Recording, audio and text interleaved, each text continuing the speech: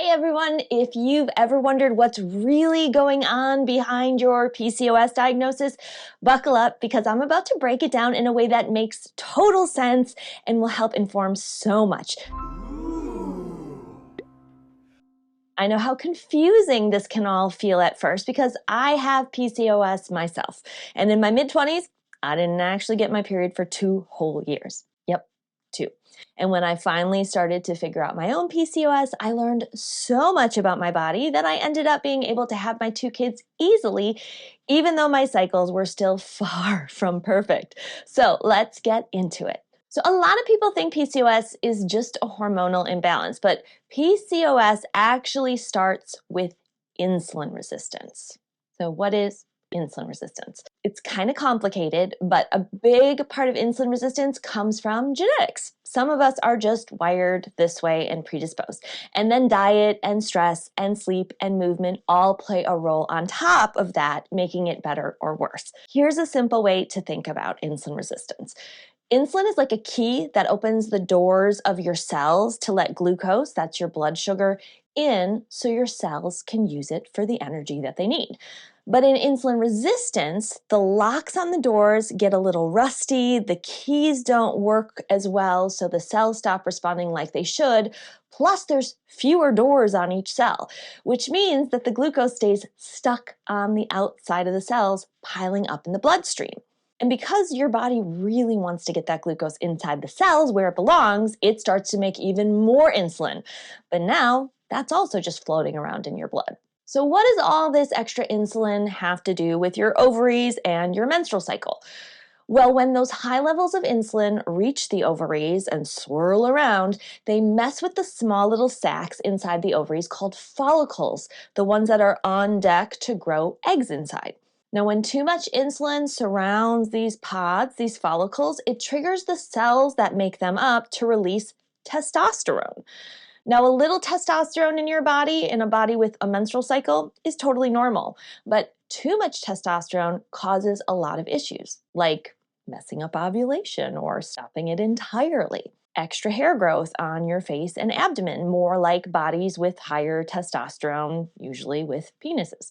Male pattern baldness, yes, that's loss of the hair on your head while you're growing it other places. And acne, all super fun. But insulin resistance doesn't just stop there. It adds more fuel to the hormone imbalance fire in 2 other big ways. It also lowers something called SHBG, or sex hormone binding globulin. Now, this is a protein made by the liver that helps clear out excess testosterone. But the insulin blocks it, meaning more testosterone sticks around in your system. And number 2, it messes with your brain's hormone signals. Insulin changes how your hypothalamus, the control center of your brain, releases something called GnRH, or gonadotropin releasing hormone. So normally, GnRH is released in these slow pulses when it wants to tell the pituitary gland to send out FSH, or follicle stimulating hormone, which tells the ovaries to grow eggs. But with insulin resistance, it speeds up this pulse. GnRH pulses too fast. It tells the pituitary gland to send out LH, or luteinizing hormone, instead of FSH. So FSH tells your body to grow eggs. LH is the hormone that triggers ovulation. But in PCOS, the follicles, the pods on deck, never got that first signal to grow properly in the first place. Not enough FSH. So the brain is saying, hey, ovaries, go ahead and release that egg with the LH. And the ovaries are like, there's nothing here to release. This is also why home ovulation tests can be super misleading for people with PCOS. They pick up that LH surge, so you get positive ovulation tests for days or even weeks sometimes. But ovulation isn't actually happening. It's just the hormones being out of whack. So to make things even trickier, PCOS definitely doesn't look exactly the same for every person and every body.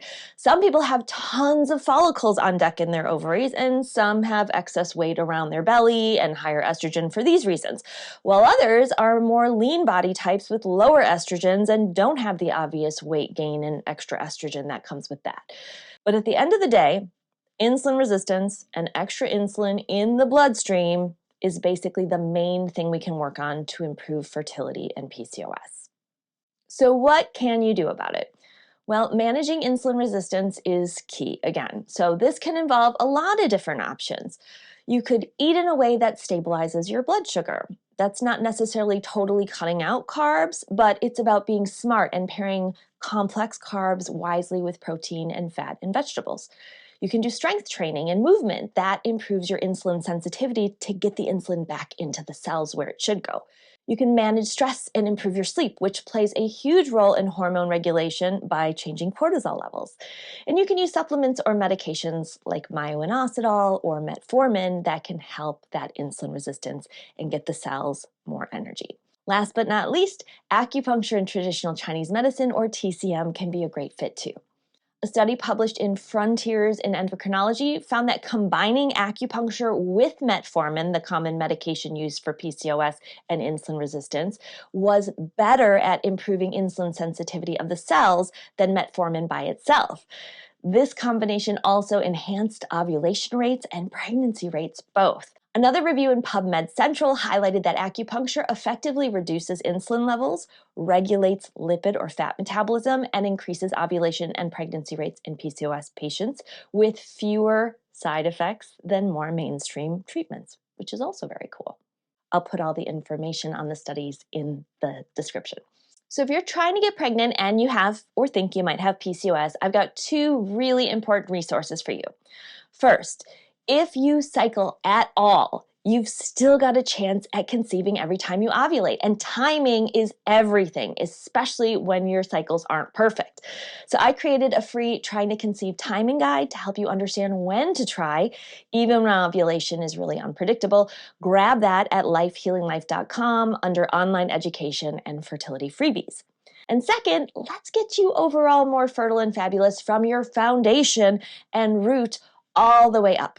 My 90-day fertility program, The Baby You Want, has 9 videos to help you break down your entire Chinese medicine patterns of imbalance and also to know what to do, how to work with them, and improve them.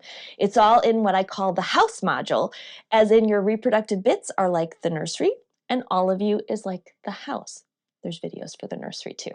Now, the best fertility outcomes come from the nursery and the house both being in a healthier place. This mindset helps us not only get pregnant, but have healthier pregnancies and outcomes, which we should never, ever, ever lose sight of because that's our real main goal. Now, I know PCOS can be overwhelming. I've lived it. It can be frustrating, but understanding what's actually happening in your body makes a humongous difference. So if this helped you, hit that like button and subscribe for more fertility content. Drop me a comment below if you have any more specific PCOS questions or experience, and thanks so much for watching.